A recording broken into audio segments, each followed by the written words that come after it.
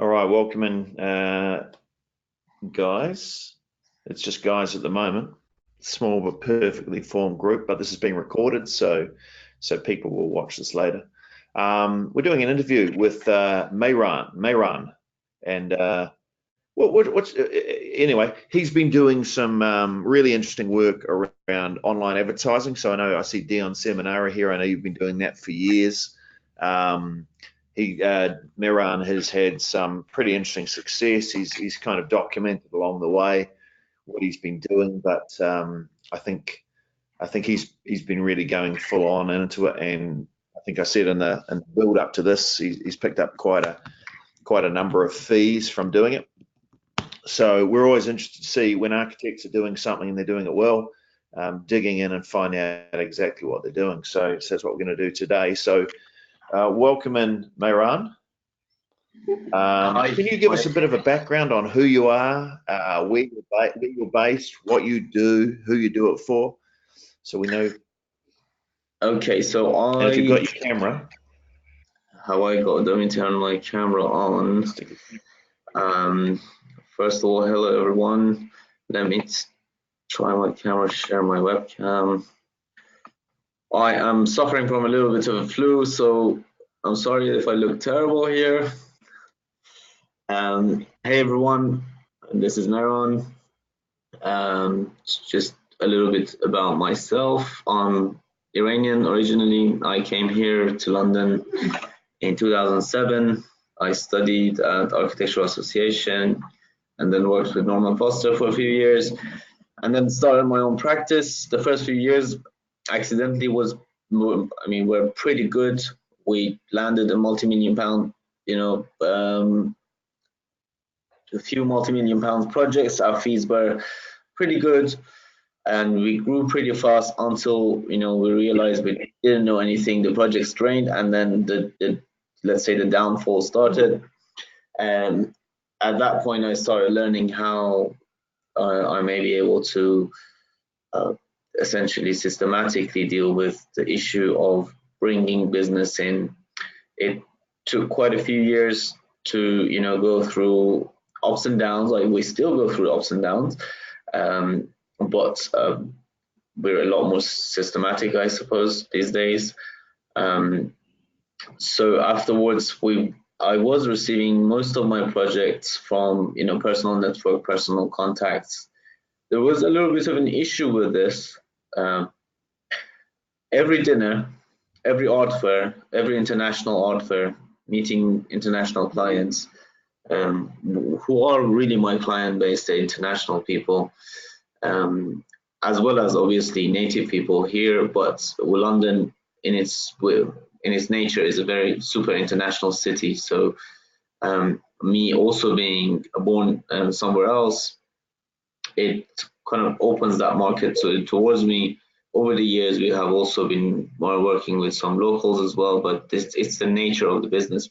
Before becoming focused on the UK market, after going through the courses of architect marketing, Eric's, Richard, and Enoch's lessons, I used to be quite diverse. I still am somehow diverse, but I'll take you through it a bit more.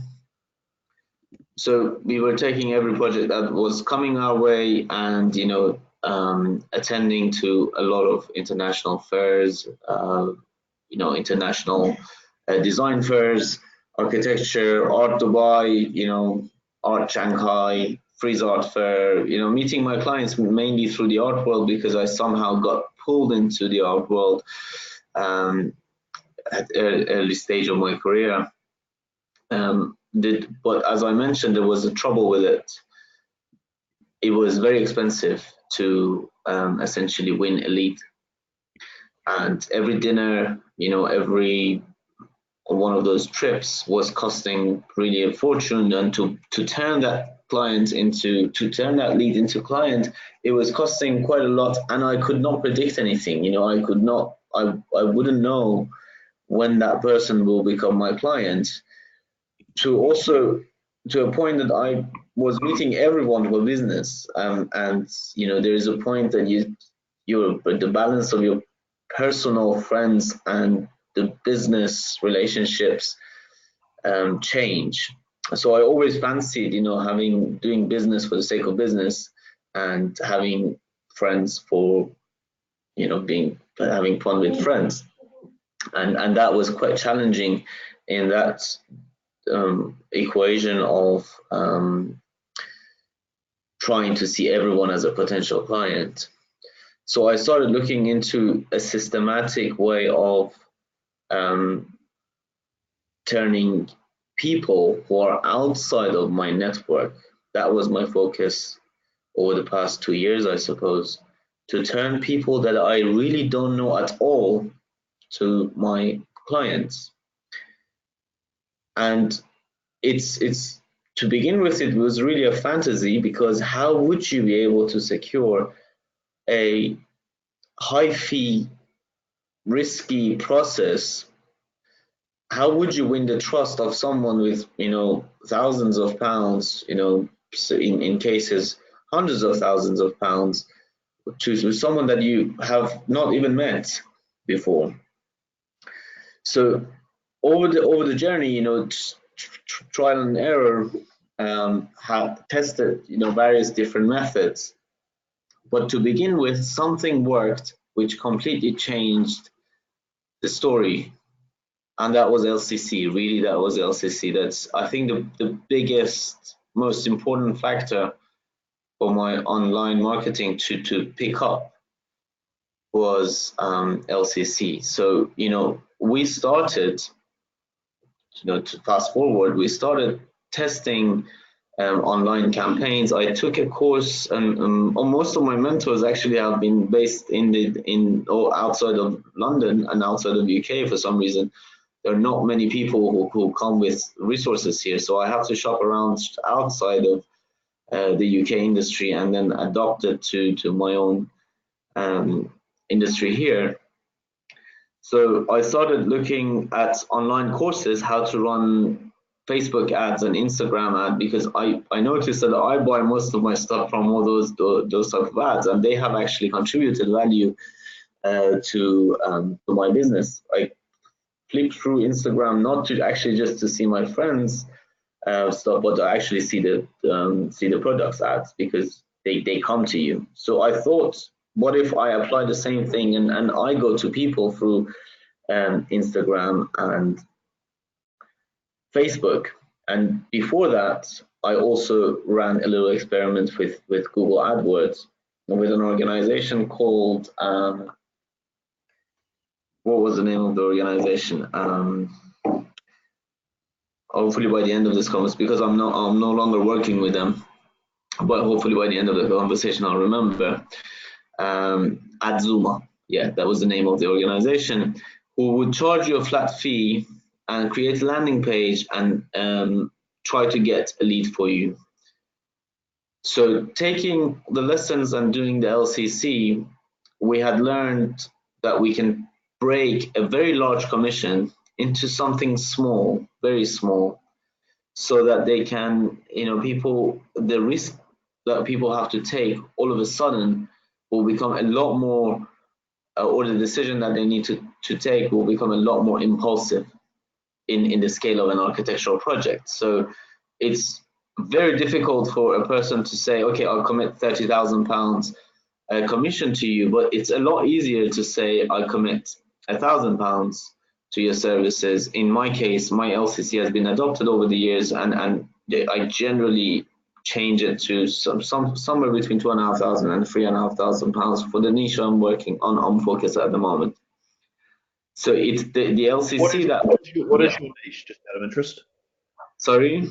What is your niche? The residential market in the UK.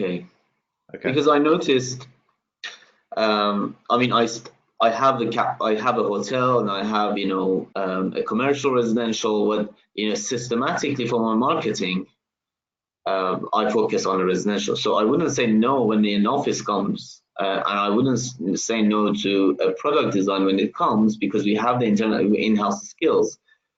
But for marketing purposes, to understand and learn and move forward, and also to gain results with our limited resources, I focused on residential market for several reasons. One, general people, I believe one of the roles that designers have is to contribute into people's lives. It might sound cliche, but we always come back to that lesson of trying to even to the smallest part, to the smallest bit, contribute to the lives of people that we work with. And we were receiving a lot of rewards from working with still pretty wealthy, but sitting in the middle class rather than the super wealthy and the royal families that I used to work before. We were getting a lot of rewards from the people that we started working with, and they were seeing a lot of changes in their lives. And I became very interested in this, and coincidentally I looked into it, and there were 500,000 planning applications only in the UK. So I thought, if I secure a small part of it, the backbone of the office will become quite strong. And so I can keep my staff, I can nurture my staff, and we still are open to all the other projects that were coming our way each now and then. So also there were the people who were online most of the time, and for smaller commissions as well, it was easier to target those people, and we very obviously overqualified in that market as well. So it was a relatively quick journey having for us to get into that market. Still, we're learning from some of the processes, because we were working mainly on international projects. Now we have over the past 2 years, we had to familiarize ourselves with a lot of local rules and regulations for that particular niche. But from the marketing perspective, so I started giving a free 30 minutes consultation. In that 30 minutes consultation, by the way, it was one of the resources that you can download from the Architects Marketing. I just adjusted it a little bit, took the templates, adjusted it a little bit to the questions that are relevant to people, and I took them through to generally offered in our advertisements a free 30 minutes phone consultation. Within that 30 minutes phone consultation, you would realize if that person is a relevant customer for you or not, and you would learn a lot about that customer. If you learn a lot about those projects, and if you really think about it, you would have to interview your client anyways. While you're giving some values to your client, you're the one really interviewing that person to see if the person is the right match. And from there, from that conversation, that 30 minutes, all of a sudden, that lead is no longer a stranger, but it's a person that you have somehow connected with. At that stage, I would offer a very small commission, as I mentioned. In my case, it's around 2,500 to 3,500 for creating some sketches, not really sketches. We are technologically based, let's say technologically anchored. So all of our projects are based in 3D, and so compared to the market of this niche, well, even on that stage, which is really creating some or exploring the potentials of the projects and creating some plans and so on, we charge people, let's say, properly for the amount of time that one staff member needs to spend on the project. And then can I just stop you there, because there's lots of information you're giving here, and it's great, right? And I'll say to people too, I'm sure people listening to this will have lots of questions. So type questions in the questions window as Mehran is going through it, and I'll read them out to him, and he can address them as he's going through. But just so we're clear about the process, so what you did was you put ads on Facebook. The offer was, what was the headline? What was the word you used to offer this 30-minute consultation? I can show it to people, but I created a slideshow, not really slideshow. This, you know, this I forgot the terminology. It's a multi-image advert that on each one of them I said, you know, realize your dream, you know, build up what some titles, you know, I thought about each one of them, some titles, and you know, 1 or 2 lines under each one of the images. Knowingly or unknowingly, I've been reading a lot more afterwards. It taps into people's main desires, I suppose, of building wealth, happiness, and success, and so on. And they click. So if they are a homeowner, if they want to, you know, untap into their unknown, you know, wealth, or, you know, unfold their potentials of their family happiness, or they want to create a wow factor in houses, so that, you know, when people come into their houses, they're gobsmacked, etc. Everyone wants to stand out. So we were tapping into all of these and doing proper research into the field. We realized we are able to really use the same type of construction budgets that other people use, but deliver a vision for normal people. And that really would set us apart from other practices in the field, that, you know, people are either scared to work with architects, or the architects who are prepared to work with that niche, essentially they are the ones who really don't think about the quality of people's lives. So and we kind of sat somewhere in the middle, saying we are researching into this industry, and we believe that we can build something better with what you're already spending. And that over time was a success, because, you know, the foundation of the design really doesn't require, you know, extra expenditure on the project. And if you really look at, you know, I don't want to dig into the way things are done here, or the fundamentals of design, because I'm sure everyone here is a good designer and passionate about what they do. It's about really making what we like to do work, essentially. So I think this is the focus of this conversation and this course. So where was I? So can you show us any of the Facebook ads or anything like that you can show us? Yeah, for sure. Yeah, sure. I'll show you the Facebook ads, and also show you how much I've spent on them, how many people I've managed to reach, and how many of them have I been able to convert. And to be really honest with people, I mean, the chart is right behind this screen, and I'll share it a bit later with people, with my colleagues. I have been able to reach 63,727 people by spending around 1,800, 900 pounds or something, and a small percentage, very small percentage of them were turned to clients, but that, you know, far outweighed the expenditure on the project, simply because when you're selling a cup with advertisement, you have to sell a lot of them. When you sell architectural services, you only have to sell a few of them to be able to make that journey really worthwhile. So I think it's a no-brainer if the niche of the type of are you making? Yes, I'm giving. Sorry, to share my screen. Okay, let's do this. There we go. Now you might need to enlarge that if you can. Oh. Okay, so let's see.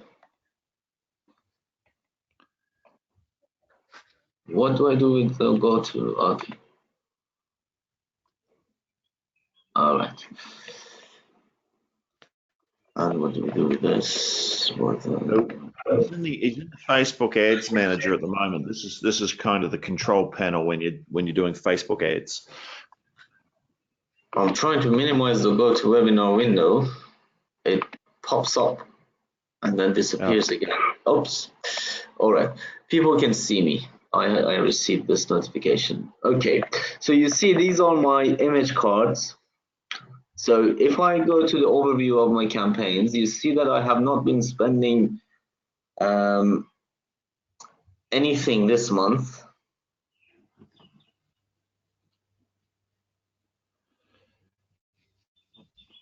So I had 220,000, 222,000 impressions. The amount I've spent in total so far has been 2,000, and you see the frequency of my adverts. So it's not been very super continuous, sometimes because we got too busy, sometimes because I did not have enough time to talk to the leads, because right now I am doing the whole process. Because first of all, I want to learn to be able to teach someone, and I suppose I haven't done it enough to be able to, and as you can see, to be able to teach someone else to do it.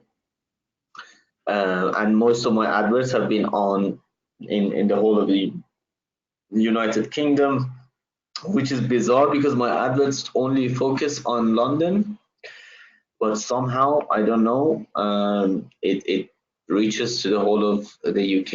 It might be something that I have to improve, yet it's been successful as it is. So these are the type of people who have been engaging with my ads. So 35 to 44, almost equal percentage of men and women. The number of people that I have been able to reach, and the time of the day that we have been able to reach them. Then we get into the campaign, and just to give people a little bit of a background, the first Facebook advert that I created with a different account was a complete failure. It didn't get me anything. But I like the idea of being able to generate people leads for online, because that potentially means unlimited amount of customers. So I kept on trying.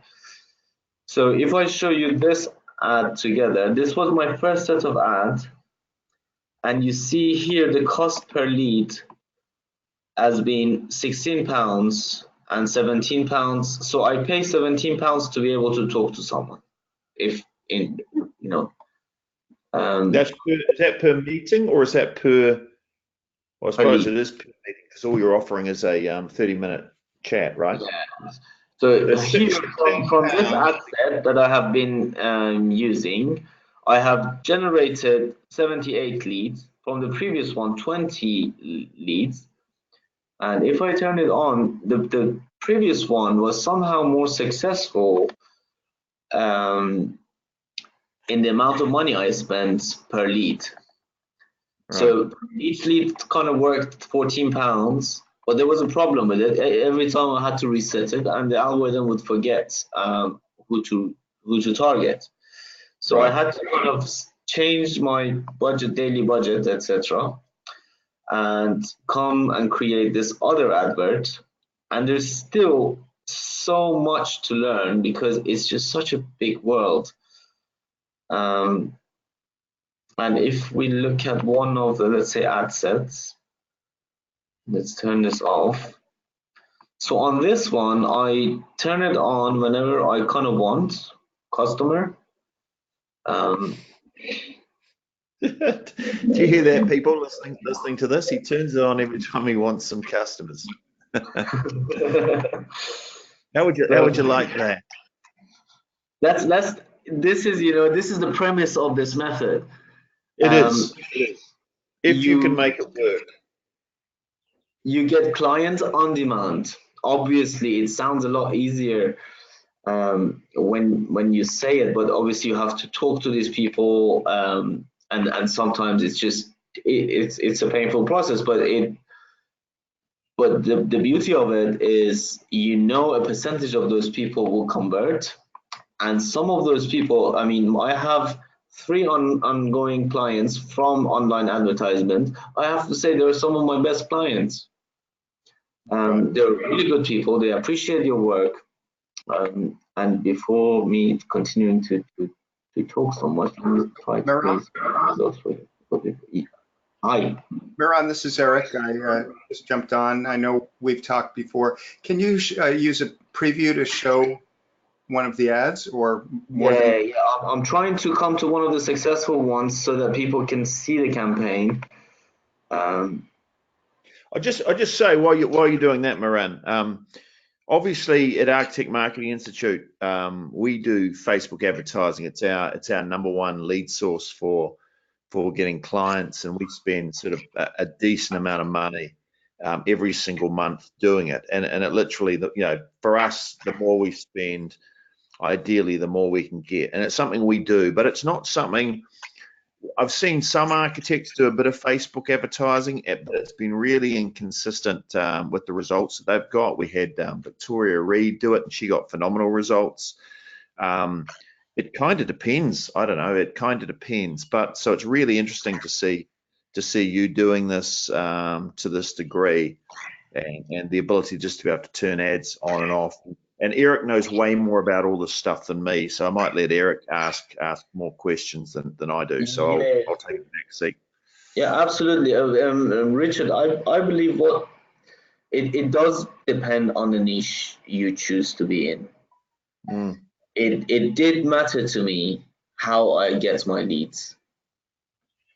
As mentioned, I am open to the traditional way of getting leads. It's still, you get probably still your biggest customers from that method, but this method is reliable, at least the one I know.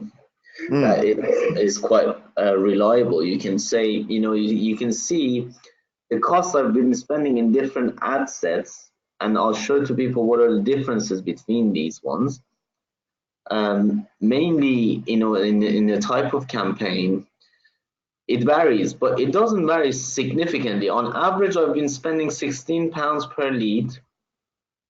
Per appointment. So per appointment. People listening to this. Yeah, per appointment. Yeah, per appointment. So I've generated 75 leads here, to be exact. I've generated 78 leads in total, because 3 of them came from Azuma, and 1 of them was turned to a client. So in total, I generated. Can you bring up on screen one of the ads, because this is just numbers. I want to see the images and the message that you've done. If you just click on one of them on the left side. So this is one of the ads. Yeah, if you want to see. And then click on preview in the upper section.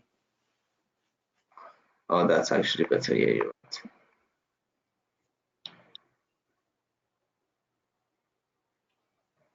Where are we in preview? Where is preview? Oh, yeah.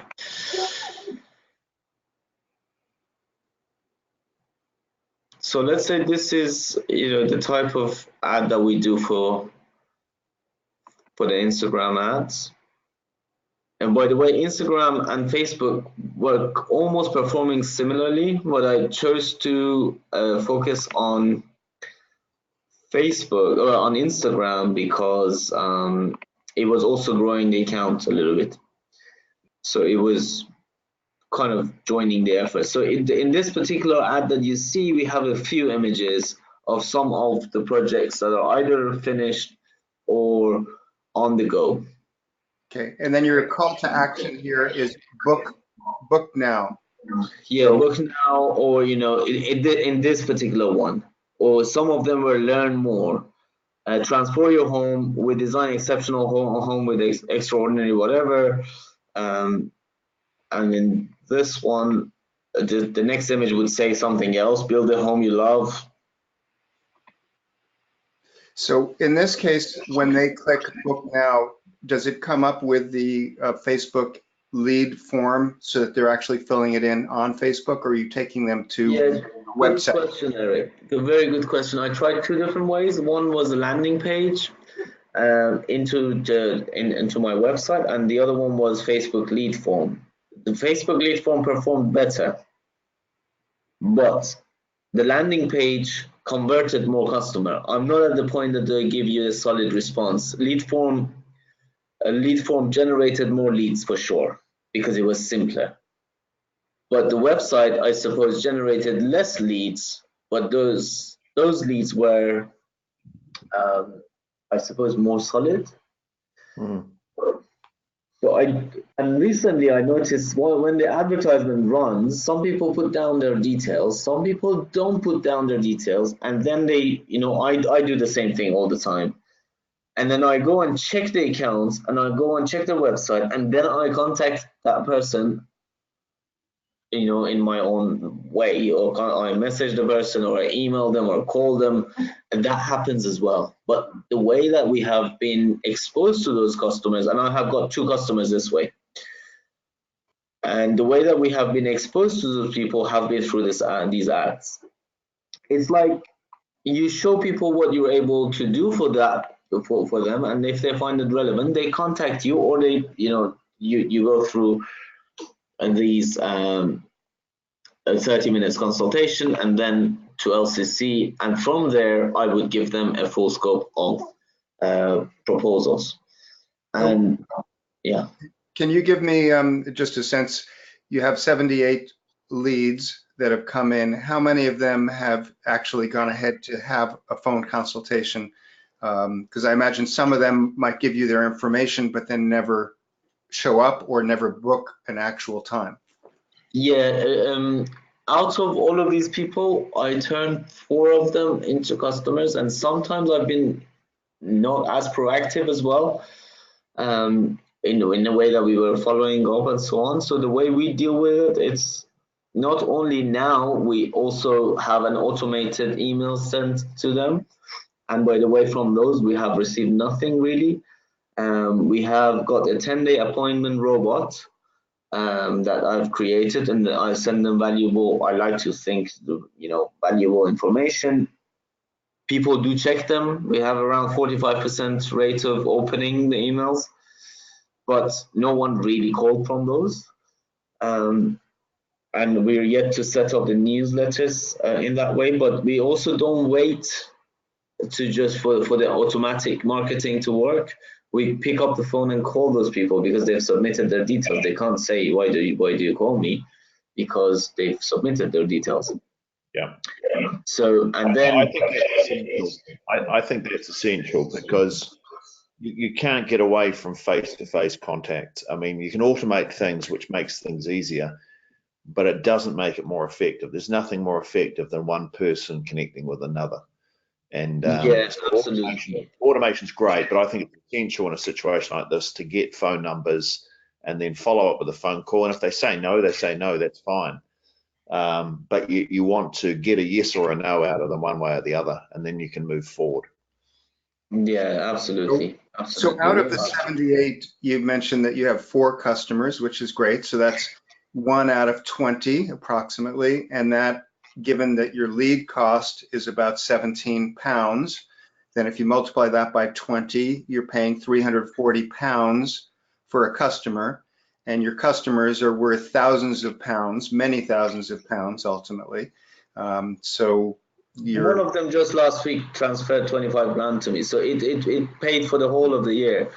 Next year, really. So how many phone calls out of the 78? How many have you been able to reach and actually have the 30-minute call out of the 78 who filled in the form? Apart from those who somehow we either don't manage to reach, some of them, Eric, at the end of the day, one thing, our marketing strategy still needs a lot of work. So a lot of these leads we actually are guilty of missing, because if we don't reach them after a few days, we don't follow up further. Well, that's fine. Yeah, and I'd say I speak to 40% of them, and out of those 40%, and this is not really an accurate number, but let's say 30%, we have a proper conversation and it gets pretty close. And sometimes I've been the one not accepting the project because either they've been too small, or too out of my way, or so this is I didn't qualify to be a client. From a high level, you've got about 80 leads. You've spoken to about 30% of them, 25, give or take.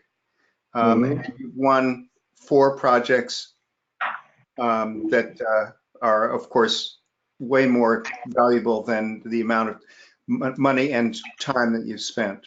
So those are interesting numbers to keep track of, because obviously if you can reach a higher number, in other words, instead of 30%, you end up reaching 40%, maybe you get a little bit more business. And you can also just anticipate what your cost is. And maybe when you aren't so busy, you just keep running the ads, and you know that you're spending £500 in a month, or you're spending whatever it is, and you can anticipate that you're going to be bringing in, another job. Absolutely, you're 100% right. I think one of my strategies for this year, we'll see how that goes. I'll let you know definitely.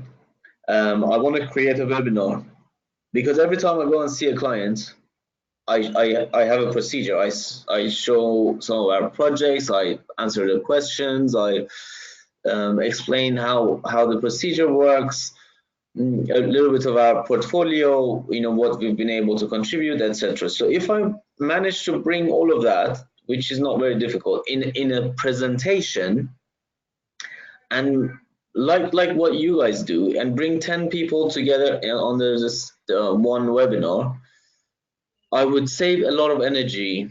Yeah. Turning those people into potential customers, and then shortlist them from there.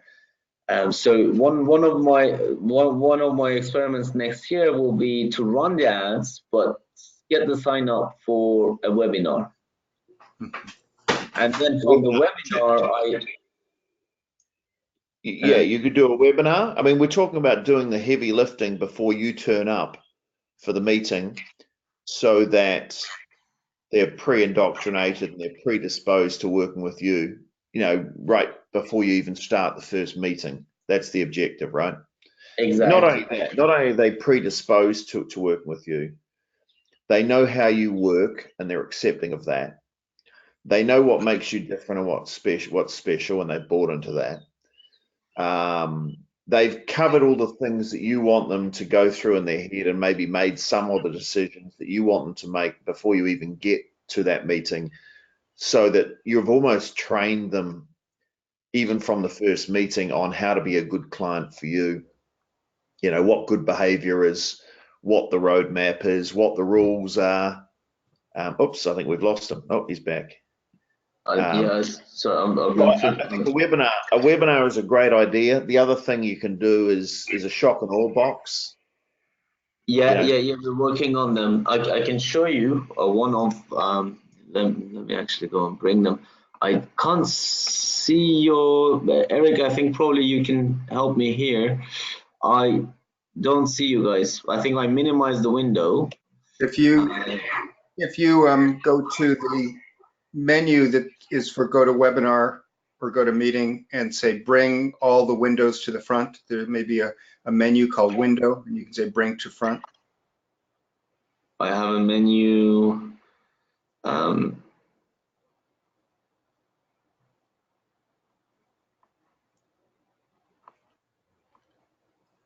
Oh, you don't need to see us anyway, Mehran. Yeah, sure. I mean, I like to see you guys, but hey. There's a question from Ramiro. He says, what quality of clients do you get from Facebook? The same quality of people that I would say yes to if they called me directly from one of my personal networks as well. So one of the houses that we are doing now has £500,000 renovation budget. The other one has around 450 that I believe it will grow. One of them is smaller, is around £200,000 budget. So they change from, let's say, £200,000 construction, the online one that I've been focusing on, to 1.5 million maximum, or at least these are the ones that I have been focusing on. Privately, I got projects that have higher obviously construction costs, but this is the way we have focused our marketing. Yeah. on this particular niche and with this particular cost. But they're very successful people. But as I mentioned, we also need to evaluate what are the people, what are the potential clients out there that are enough of them, on Instagram, social media or Google Ads, etc., so that you can convert a percentage of them and you still survive and you still make your advertisement. So the market needs to be relatively big, which is one of the reasons I chose this market. So and I see potentials of office buildings as well for this niche. Right. And I'm sure in the future some other things will open up. The online is getting bigger and bigger. I had to look into it, and I hope other people experiment with them with their niche as well, to see if we are able to break the rhythm and secure other bigger projects through online networks. As I was just mentioning to Richard just before this webinar, today I got into an agreement with House, and they claim to have a larger client base in terms of the budgets. And let's see what we do. So I have a 12-month contract with them and see how it goes. But the other area I see potential is Pinterest. So Mehran, can I ask a couple of other just questions about your advertising strategy there? Yes. So one is, you showed one example of an ad that had a number of images, each one with a little sort of thematic quote about aspirations, make your home or make your place something special. So that's one way of approaching things, and your call to action was either learn more or book now. Have you been doing anything with downloads like the project planning pack, or is it all of them? Yeah, I have experimented, Eric, a lot with the downloading. Some to giving people some useful materials, and that for me wasn't successful. That for you was not successful? Was not successful for me. Okay, so you didn't find you got in contact with people and were able to engage when you were offering just a download in this case? Yeah, for me it didn't work. I suppose if you have a funnel, that might work. So people download something, and then you take them to a different page and show them some stuff, and then get close to them. But for the download itself, a lot of people downloaded them, wasted a lot of money, but nothing came out of it. Okay, all right. So then the direct to the call to have a direct conversation has worked much better. When you're reaching out to them to make that conversation, so you said you have some email, but the phone calls have been very instrumental. When you reach someone, are you saying, hey, can you talk now? Or are you trying to say, I wanted to set up an appointment? Are you trying to sort of arrange a time to talk, or are you just grabbing, oh, I've reached you, let's talk? When I call myself, I generally talk, and if the person is not available, I say, are you available tomorrow this time? And we try, back and forth a few times, and if it doesn't work, it doesn't work. But those people who are serious, they would allocate time and they speak with you generally. But to be fair, sometimes I have personally been keen, but I wasn't able to talk to those people. So out of probably we need 1,000 more experiments to really understand the underlying logic. But sometimes it's a miss from both of our sides, because we miss that client and they miss our services, I suppose, when we don't manage to reach each other. If you really want to look at the content, it's like you show that you're out there are able to provide these services, and if people really need those services or those visions, they would come to you. Mhm. And if the right match happens, it's brilliant. And sometimes we just miss each other out in trying to reach those people. Have you tried doing any texting? I'm just wondering if you know, if you don't reach someone, do you text them? Yeah, I mean, I tried. I suppose one of them worked, but it was one of my smallest commission. It was for a lighting design for a project that we did, which, yeah, and then it developed to something slightly larger. But yeah, sometimes we sent text messages as well when we were not able. And I recently also connected, based on your recommendation, Eric, I connected to Zapier. So now all of my contacts, all the leads automatically go to Arch Marketing. But as mentioned, I haven't really been able to utilize the automatic emailing, email marketing as well. But the problem is not with the email marketing, the problem is with me, that's for sure. Because, you know, all of these businesses out there are using it successfully. It's about us figuring out how to use it. Right. Right. And then the last question, just technical. Targeting, are you just saying anyone in the London area that's on Instagram sees it, or are you doing some demographic or other types of targeting to say, you know, I only want people who have a certain income or some other criteria? Are you guys in the US are so lucky because you can target people with income? We can't. In Europe, we're not allowed to target people with income, so that category is not available. But people in the US who are able to target people based on their income group, the advertising would become a lot easier. So my rule is, based on my experience, you know, a lot of my clients have been lawyers and financiers and some business owners, you know, some people who can afford, you know, £500,000 to spend on their house, or 200, 300,000 on their house. They generally either businessmen or they come from, you know, high earning services. So I selected within the demographics of London M25, I think 10 miles radius of central London, and I define what job categories they have.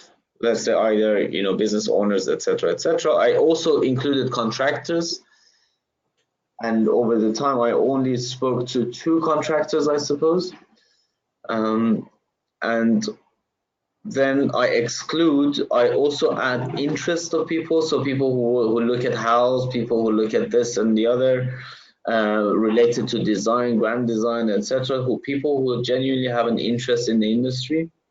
And then I exclude designers, interior designers, and architects, and students. Okay, so to summarize then, because you can't do income-based targeting, and I'm not even sure whether that's still possible in the US, you're specifically including people who have certain professions, and you mentioned lawyers and finance and contractors. You're excluding some, like architects or designers, and then you're also making your audience targeting based on interest, if they're interested in design things. Are you, do you have your audience, would you be able to show us just one of your audience definitions? Yeah, sure. Yeah, let me see. You didn't show one of the recent ones. So while you do that, I'll just mention to everyone who's on, one of the keys about marketing, and Richard would agree wholeheartedly, is that you want to decide who you'd like to speak to. You know, who is going to be a good candidate, where to find them. Obviously, social media is one place, and if you can find the ones who match your ideal client profile, you know, it's always going to be a guess, because you're going to have some people who don't match that, but you're trying to have the best chance to get in front of the people who could say, oh, this looks interesting. Yeah, that's very important. It's with the amount of money we're spending, the number of relevant people who see our work, it's just really possible through these type of tools. If you really consider it, we don't spend any money on these advertisements compared to the traditional advertisement, and we're reaching quite a lot of people who are relevant. Gosh. Okay. So do you have saved audiences? Because it might be it might be that's where you would see the audience choice. Or did you set your audience for each one of the ad sets individually? No, I have saved audience, yeah. So this is, you see, my daily budget is £35 here, and this is the ad, and okay. So this is my target audience. Is that what you wanted to see? Yeah, yeah. So we can see you're excluding. Look at the number of people here as well. This is very important. So, you know, I exclude people and include all these interests because there are so many people in London. Mm-hmm. So we don't want to reach to 6 million people. It's too broad. So I have to add these interests to bring them down to, otherwise I'll be spending a lot of money without detailed targeting, really. Okay. And there are so many options still that we have not explored. Mm-hmm.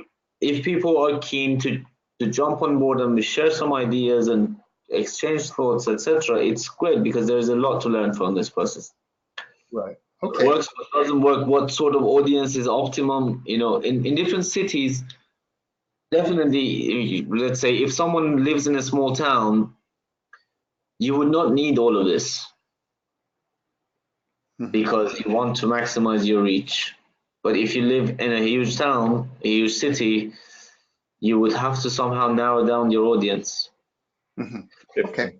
We saw that with Victoria Reid, who lives in a town called, she's out in the country in New Zealand, and she really just posted, I think she used the project planning pack, but then she moved them straight through to an appointment pretty quickly. But she got a lot of responses, probably because most people in that area weren't used to seeing an architect advertise on Facebook in that area. So sometimes being in a small area can actually be an advantage. It certainly was for her. Definitely, because there's less competition. I mean, in London, there's just so much competition and so many talents. It's, I mean, when I was, I suppose, younger, I would say we're the best of the best. But to be fair, there's just so many talents, and you realize so many of them are actually better than we are in many ways, experience and everything. And we have to compete, and we have to be very good at what we do and be very cost competitive. Okay, so that primary text, I don't think we saw this before. So that's what people see when they say click to show more, right? So the primary text that we're seeing on the left side of this preview. So this is what people see. Yes. So this has been quite effective, actually. All right, so let's put that on screen for a moment. You design exceptional homes, book your free consultation, and whether you're thinking of this or that. Okay, so this is what you're doing to encourage people to take action. And this is very critical. This is copy, this is text, it's motivational and very, very clear. You are calling out the aspirations and what you can do for them, and then also who it's for, whether you're thinking to apply for planning permission or transform your interiors.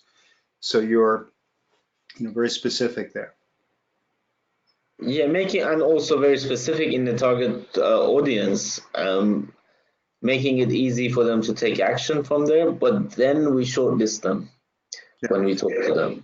Now the book now brings up a form that would just have name, email address, and phone number, or do they have some other questions that they fill in? It's a very simple form. It has their phone in name, full name, phone number, and email address. That's it. Okay, great.